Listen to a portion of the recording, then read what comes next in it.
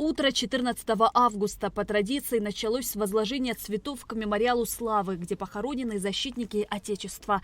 Отдать дань памяти погибшим пришли президент Бадра Гунба, вице-президент Беслан Беглава, премьер-министр Владимир Делба, члены правительства, депутаты парламента, посол России в Абхазии Вячеслав Гладков, посол Южной Осетии в республике Астамур Кация, военнослужащие, ветераны войны, добровольцы, общественность. С волнением и болью в душе к подножию мемориала возлагают цветы ветераны и матери погибших.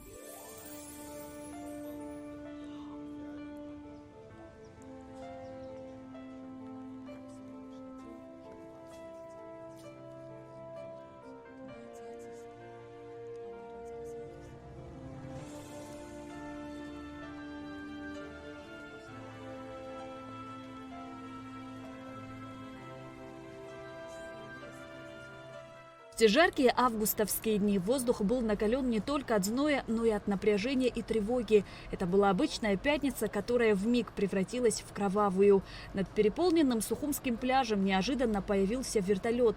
Уже через мгновение по отдыхавшим на берегу людям ударил свинцовый град. Это были войска Госсовета Грузии.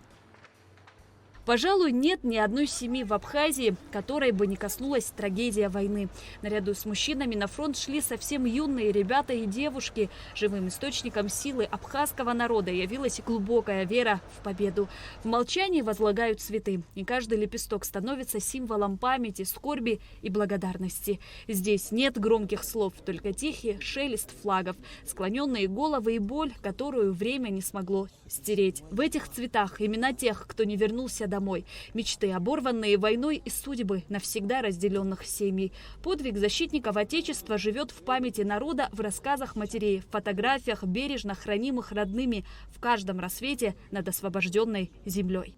Помогать абхазскому народу на второй день войны горными тропами через перевалы прибыли добровольцы из Северного Кавказа и Юга России. Это было масштабное добровольческое движение. В одной группе шли люди разных национальностей и вероисповеданий, но их объединила одна цель – защита Апсны.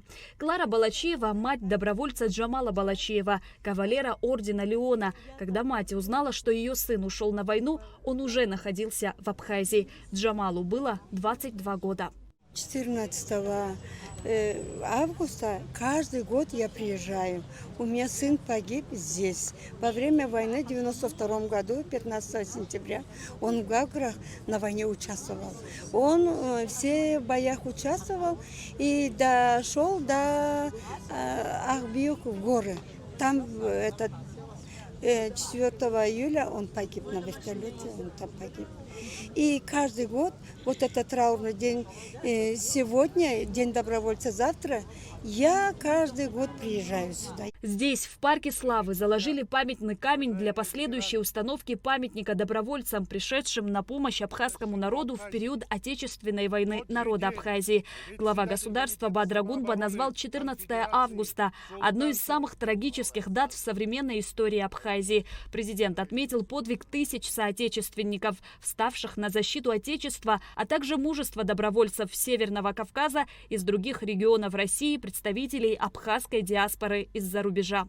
14 августа 1992 года стала датой, трагической датой для нашего народа, но при этом это начало пути для победы, которая, безусловно, будет храниться веками.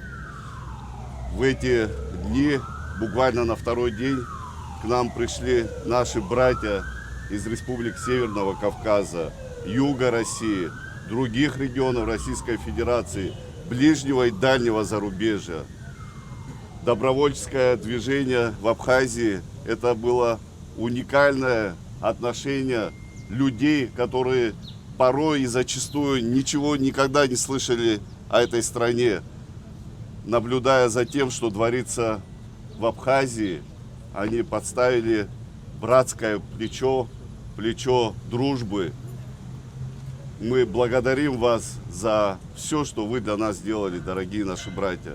Сегодня мы закладываем камень, где будет установлен памятник добровольцам, людям чести, людям мужества и людям, благодаря которым наша страна, наш народ выстоял. Низкий поклон ребятам, сложившим свои головы. Благодарю всех ветеранов за ваш вклад в эту великую победу. Министр обороны генерал-полковник Беслан Свиж обратился к присутствующим со словами признательности, глубокого уважения к подвигу тех, кто отдал жизни за свободу страны. 413 дней продолжалась эта тяжелая и кровопролитная война. Каждый из этих дней был наполнен беспримерным мужеством, стойкостью и самопожертвованием наших воинов, вставших на защиту родной земли. Министерство обороны Республики Абхазия всегда помнит и чтит подвиг каждого солдата, офицера, добровольца, павшего на полях сражений. Наш долг – бережно хранить историческую правду, передавать ее из поколения в поколение. Депутат парламента Леонид Лакирбай считает символичным, что именно в этом году осуществлена закладка камня. На нашей стороне воевали представители 33 национальностей и представители 14 стран. И пусть в отдельных странах было по одному, по два человека, как из Азербайджана, Польши или Эстонии, основная масса, конечно, это была Российская Федерация, наши братья с Северного Кавказа и россияне от Калининграда до Владивостока. Более 2500 прошло через нашу войну. Я считаю, что очень символично, что в этом году открываем этот память.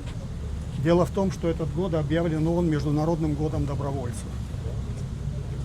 И благотворительная организация, которую я возглавляю, проводит акцию под названием «Добровольцы, Абхазия, СВО. Связь времен и поколений».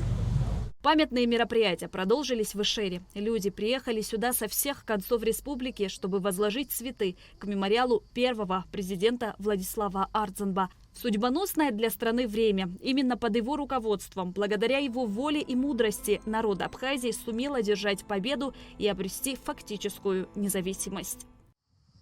Воспоминания о тех днях и сегодня даются ветеранам нелегко. 14 августа Игорь Дженя, будущий герой Абхазии, находился в Челябинске. Услышав о начале войны, решил вернуться на родину и встать на ее защиту. Сам день, 14 августа, это трагический день для нашего народа. В тот же момент эта война была неизбежна. Не было бы в 92-м, оно было бы, может, в 2026 году. Спасибо Богу, что нашелся лидер, который поднял вокруг себя, окружил народ, которые сказали, что будем защищать свою землю, свою родину. Если бы не было бы Владислава Григорьевича, может быть, наша судьба абхазского народа тоже была бы чуть другой.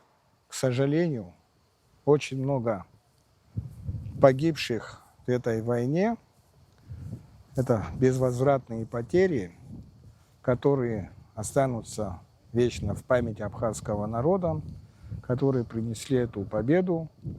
Спустя 413 страшных дней и ночей, наполненных ожесточенными боями и тяжелыми потерями, Абхазия одержала победу. 30 сентября 1993 года противник отступил, а план грузинских оккупантов «Абхазия без абхазов» потерпела крах. После войны республику ожидали международная изоляция и экономическая блокада. Но несмотря на все испытания, Абхазия выстояла и дождалась признания своей независимости. Шазина Ханагу, Раму Камке, Алексея Гухава, Абхазское телевидение.